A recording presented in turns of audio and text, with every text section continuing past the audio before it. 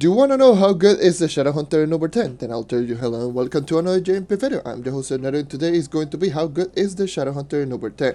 And like I always will mention in this video that this was recorded before moving away from home. So if you want more information, either watch the Pirate Captain video, watch the YouTube community tab, or my Discord server. Like I will mention all of that in all of those platforms. And I mentioned in that video that I'll be posting every single over 10 video that I can. For all of the classes every single Monday at 3 p.m. Eastern Standard Time. You will see every new video, so subscribe if you don't want to miss out. Now, on with the video. The Shadowhunter is one of the top classes in terms of popularity in the entire game, and it's one of the most controversial classes in terms of how good it is. Some people might say that this class is trash. Some people might say that this class is even in the top 3 dungeon grinder. Yes, I've heard about that one. And some might say it's just average. There's so many mixed opinions in this class that I know for a fact that I'm going to trigger at least someone, and they will try to do everything in their power to convince me otherwise. So this will be fun. But like always, stats. My gear consists of critical damage, movement speed, all pieces of gear. And that's honestly what you should be using on Shadowhunter, since if you're using class gem, there's no point in just using attachment equipment, because pretty much how the class gem does work out. I also do have the standard movement speed equipment. With this character, I actually have the full movement speed equipment, which is movement speed gear, movement speed above ally, the trailblazing with martial with electronic crystal and mighty ring. So this class pretty much doesn't need anything because you are not going to be using a lot of energy with this class, so there's no point in using it. Critical hit, I'm already over 100%, so might as well just get a mighty ring. Nice subclass because of flask. And yeah, my gem setup, like I mentioned, I do have the maximum most optimal that I think is going to be the most optimal Shadowhunter build, since I have used multiple combinations of a power gem ability with Berserk Valor, Rapid Vanquisher, yada yada, and I actually found this one to be the most effective for the Shadowhunter. So I do have Vampire Vanquisher, Pirate this class gem, and I also do have Explosive Epilogue. Explosive Epilogue is not mandatory, but it does help out greatly with this character because this character's main attack is single target. Explosive Epilogue does help out with not only a little bit of burst damage, but it also helps out greatly in crowd control, especially when you're dealing with a lot of cursed skulls. So make sure to actually have Explosive Epilogue if you want to use my most optimal build with the Shadowhunter. At least with this class, is probably one of the few classes that actually using the other empowered gem ability does help out a little bit. Not like other classes which you can use whichever you want. With this class, it does help out having Explosive Epilogue. And Vampire Vanquisher Pirate class gem is just essential with this class or any class in terms of over 10. So yeah, that is going to be pretty much everything regarding my gem setup. And now let's move on into my own personal opinion on the class. Again, opinionated based series, so this is going to be my own personal opinion. You have your own personal opinion, preference, you do what you do. Now for me, I am going to be sitting in this class is average category, and I will say it's pretty much say it is in the middle of the pack in terms of how effective it is in over 10. It is not very fast in terms of kill time. Well, it's not the fastest character, but it's not also a really slow class. It doesn't have the best crowd control out there, but it does have a lot of range, which you can use that in terms of survivability. It means that you can shoot from really far away. A lot of enemies will not be able to attack you. So this class has noticeable strengths and noticeable weaknesses. It's not that it's a class that it is pretty strong in one end and the weaknesses are just meh. Like for example, the Revenant and Tomb Raider, those classes actually do have very small weaknesses, but the strengths are just monumental.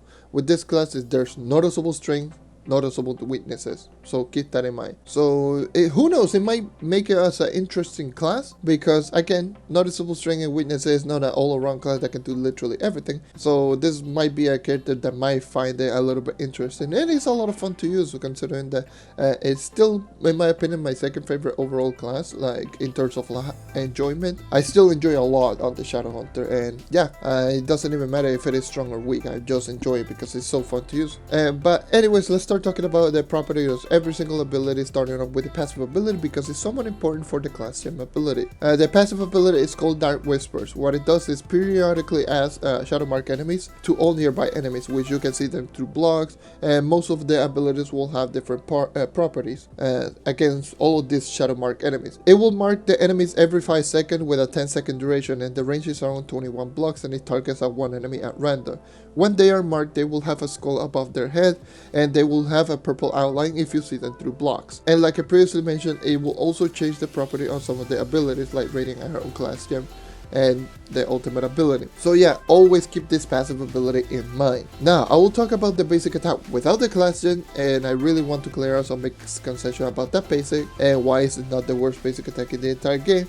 And then I'll talk about the class gem ability. Don't get me wrong, I still think that the basic attack without the class gem is still somewhat underwhelming, but it would be kind of nice if it would get buffed. But honestly, the class gem ability is just mandatory, so why not just use the class gem ability? So the basic attack without the class gem does 2.5 times damage multiplier, which is the same as the knight basic attack. It does, however, have a 1.04 attacks per second, making this the second slowest basic attack in the entire game, just barely beating the Paracata's basic.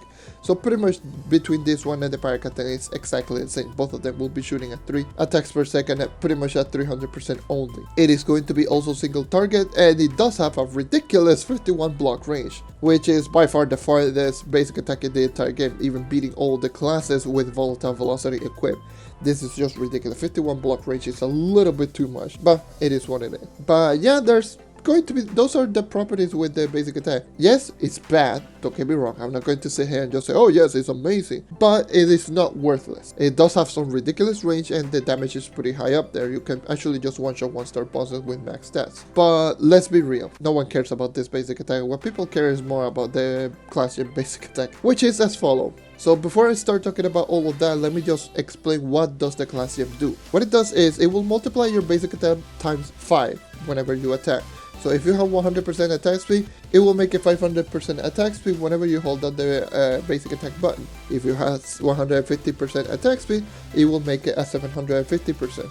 It will also increase the base attacks per second from 1.04 to 4 attacks per second at 100%. And the reason I mention this is because if they increase the attack speed cap from 300% to, let's just say, 400%, the Shadowhunter will be attacking 4 more attacks per second. So keep that in mind, which is a very important detail if they manage to increase the attack speed cap. It will also lower your damage from 2.5 times damage multiplier to 1 times damage multiplier, and it also lowers your range from 51 block range to 45, which is still ridiculous.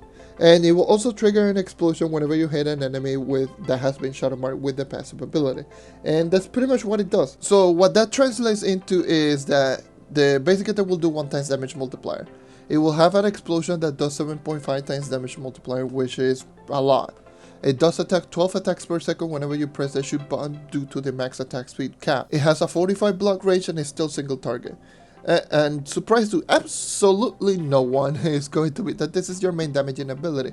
Considering that this is your main damaging ability, it is a single target 1 times damage multiplier ability. Since it does have all of that, it's going to feel a lot very weak. That's why you're going to see everyone going crazy for this class doing no damage, and I really do agree with that aspect. You don't want your main damaging ability to be a single target 1 times damage. That is just extremely weak. And again, it's going to be a feel weak. Instead of just being actual weak, it's going to feel weak. So hear me out when I say this. Even though it does say 1 times damage multiplier, and it will still shoot 12 times per second. If you compare that to some of the classes' ability, that's not as bad as you may think. For example, this basic attack will do more DPS than the Revenant's Bulwark Bash without Spirit Spears. If you keep just pressing out Bulwark Bash, it will do less damage than the Shadowhunter with basic attack.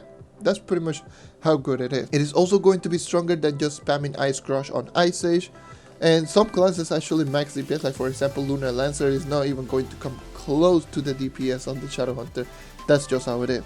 It's not going to say that the Shadowhunter DPS is high, but it's not as low as you may think. So those are some examples, and you should get the point. And this is not counting the explosion from the class gem ability, but yeah, that is a little bit extra burst damage.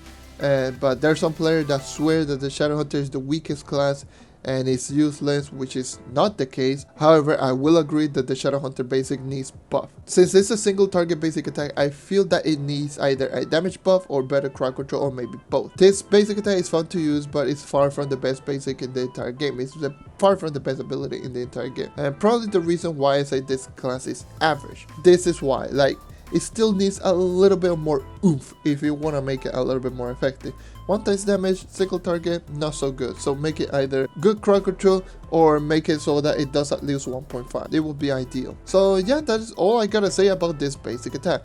This basic attack is the only important thing about the Shadowhunter. Pretty much everything else is just going to be an extra non-key ability on the Shadowhunter, which you should be using if you want. But to be honest, this is pretty much all of the things regarding the Shadowhunter this class jump. So yeah, let's move on to the next ability, which is going to be Radiant Arrow. Radiant Arrow, you will not be using it a whole lot. You might be using it to just hit enemies through walls. You might be using it to, I don't know, to dish out a really big one shot, or if you don't have the class jump ability. So Radiant Arrow, what it does is when you hold the Radiant Arrow ability, you're going to charge one arrow. That arrow is going to dish out a very amount of damage. It's going to dish out for nothing. Well, pretty much do from 2 to 7.5. And yeah, depending on how much you hold it down, that's how much damage it's going to dish out. It will take 0.93 seconds in order to get to the maximum, so pretty much 1 second if you hold down the ability, and it's going to dish out from 2 times damage multiplier all the way to 7.5 times damage multiplier. That is going to be the range of that ability. It also can dish out an extra 5 times damage multiplier if you do manage to hit an enemy that has been shadow marked. So this ability can dish out up to 12.5 times damage multiplier, which is really high. So it has a 56 block range, which is just stupid, bonkers and bananas, and it can go through enemies and through blocks. And yeah, so pretty much this ability on its own is really good, but considering that if you're using the Shadowhunter, you're pretty much just using your basic attack over and over again. So pretty much this ability, pretty decent, but on the incorrect character. I will say that this ability would be better if it didn't have the mechanic of just holding out the Radiant Arrow, because in my opinion it just makes the ability a little bit too clunky. If it was just something like you could just press the ability, it will go through blocks and it will do 7.5 times damage, then this ability would be really good to just use to kill out bosses one shot instead of just using the basic attack, making the character feel a little bit more consistent. But that's not the case. That's unfortunate, and that's pretty much everything regarding Radiant Arrow. It is a pretty good ability, but it still needs a little bit some tweaks here and there. Now let's move on into the second ability, which is going to be Sun Snare, which is your trap. So Sun Snare is going to be your survivability, quote unquote survivability ability, and it pretty much is going to serve as a stun type ability. So what it does is when you press the Sun Snare ability, you're going to throw down one trap. That trap is going to last there, I believe it's like 8 to 15 seconds, somewhere around that range. It's a lot, but yeah, this ability is going to dish out 1 times damage multiplier. It will detonate, just hitting all enemies in a 3 block radius, and what it does is pretty much, aside from doing the damage, it will pretty much just stun the enemy for 2 seconds. That is a long time, considering that, for example, like the Knight's Spirit Square only stuns for 1 second, this can stun for 2. And the only thing is that it costs 65 energy per cost, like it is a lot. It's also going to reduce their stability, like the enemy stability to 0, so especially if you're using this character for something like Delve, you're going to knock every single enemies around that, so be on the lookout on that one. If you have a Shadowhunter, which no one uses Shadowhunter on Delve, let's be real, but if there's a Shadowhunter, make sure that Shadowhunter doesn't throw traps, because it's going to reduce their stability, making them just fly everywhere. So yeah, that's pretty much everything regarding the Sun Snare. There isn't a lot of things to talk about. This is going to be your main survivability type ability, and you're going to use this something for like bosses, since pretty much every single boss in Geotopside, every single dungeon boss is going to be ranged enemy. You can throw them down just to make them so that they don't attack you from really far away, especially the Pentapod Shadowcaster, which are the mage. Those can dish out really hefty damage. You can just throw it down and kill the enemy within the 2 seconds, which if you have enough stat and martial, you should do that. And yeah, that's pretty much everything regarding Sun Snare. I will not be talking about a whole lot on this ability, but there's going to be one ability that I really will be talking about a little bit more, and that is going to be Arrow of the Goddess, the ultimate ability. This ultimate ability, it is by far the highest multiplier ability in the entire game. There's no question about that. If I recall, the multiplier, it goes all the way up to upwards of 50 plus times damage multiplier. It is super out there. It is the strongest ability in the entire game.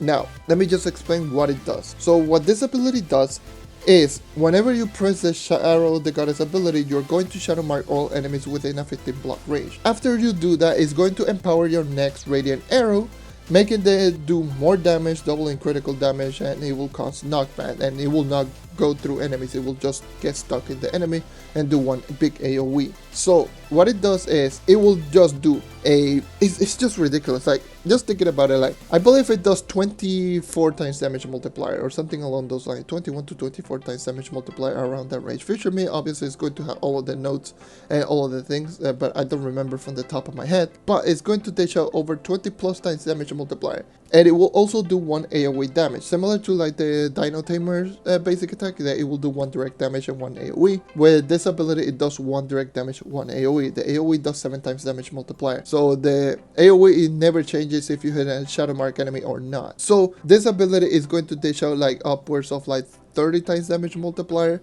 without hitting a shadow mark enemy.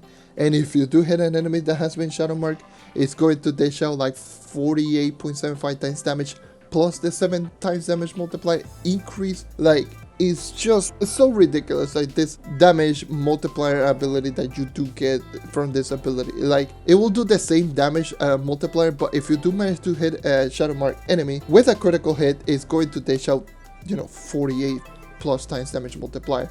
Without critical hit, it's like 24. Without shadow mark, I believe it was 15 times damage multiplier or 14 times damage multiplier, which I think is going to be 14 times damage multiplier if you hit an enemy that has not been shadow marked, plus the 7 times damage from the AoE. If it is an enemy that has been shadow marked, it's going to dish out, I believe, 24 times damage multiplier plus the 7 AoE if you don't crit. If you do crit, it's going to be 48.75 plus the 7 times damage, which I believe is like 55 times damage multiplier, which is ridiculous. It's pretty much one shot guarantee with that character that is out there. Like, 55 times damage multiplier, to put it into comparison, it will sound so ridiculous if you put it like this. You know the Gunslinger's basic attack with the class gen, that it feels that it does so really heavy damage per shot? It does 7.5 times damage multiplier. So one arrow of the goddess with against a shadow mark enemy with both the AoE and the single target is going to dish out similar damage to 7 Gunslinger shots. So we're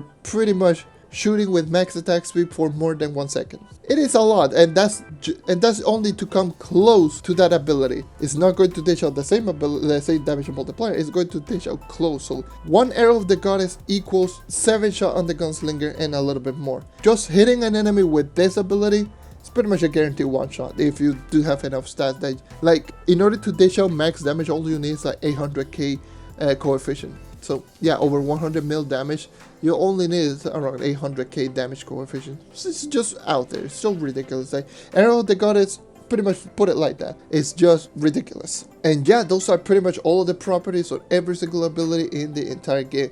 Now to give my own final thoughts on the character. So this character better suited is around mid to late game. So mid game, late game. I would probably say around late game is where you're going to see the Shadowhunter actually do come through more fruition, because it's actually where the Shadowhunter start killing somewhat fast, and it's going to be where the Shadowhunter's weakness is not that big of a deal.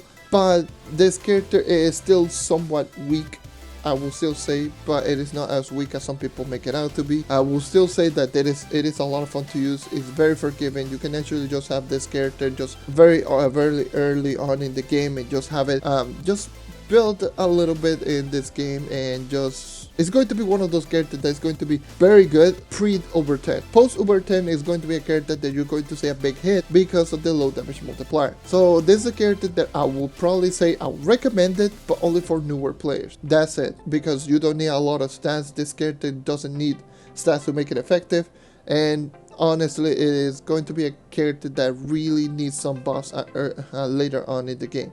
So I actually do agree with some players actually going in fact like this class needs a buff, but I also will not agree with those players that say that this class is useless, which is not the case. And honestly, that's going to be pretty much everything for the Shadowhunter. Thank you everyone for watching. Thank you for sticking around as always. Leave a like if you want to help the shadow grow, subscribe if you want to see more content like this, and that is all for today. Once again, thank you for watching, and I hope to see you next time. Take care and keep on hunting, and be on the lookout for the next episode, which I'll be covering the Ice Age next Monday at 3 p.m. Eastern Standard Time, so make sure to be on the lookout on that one. So yeah.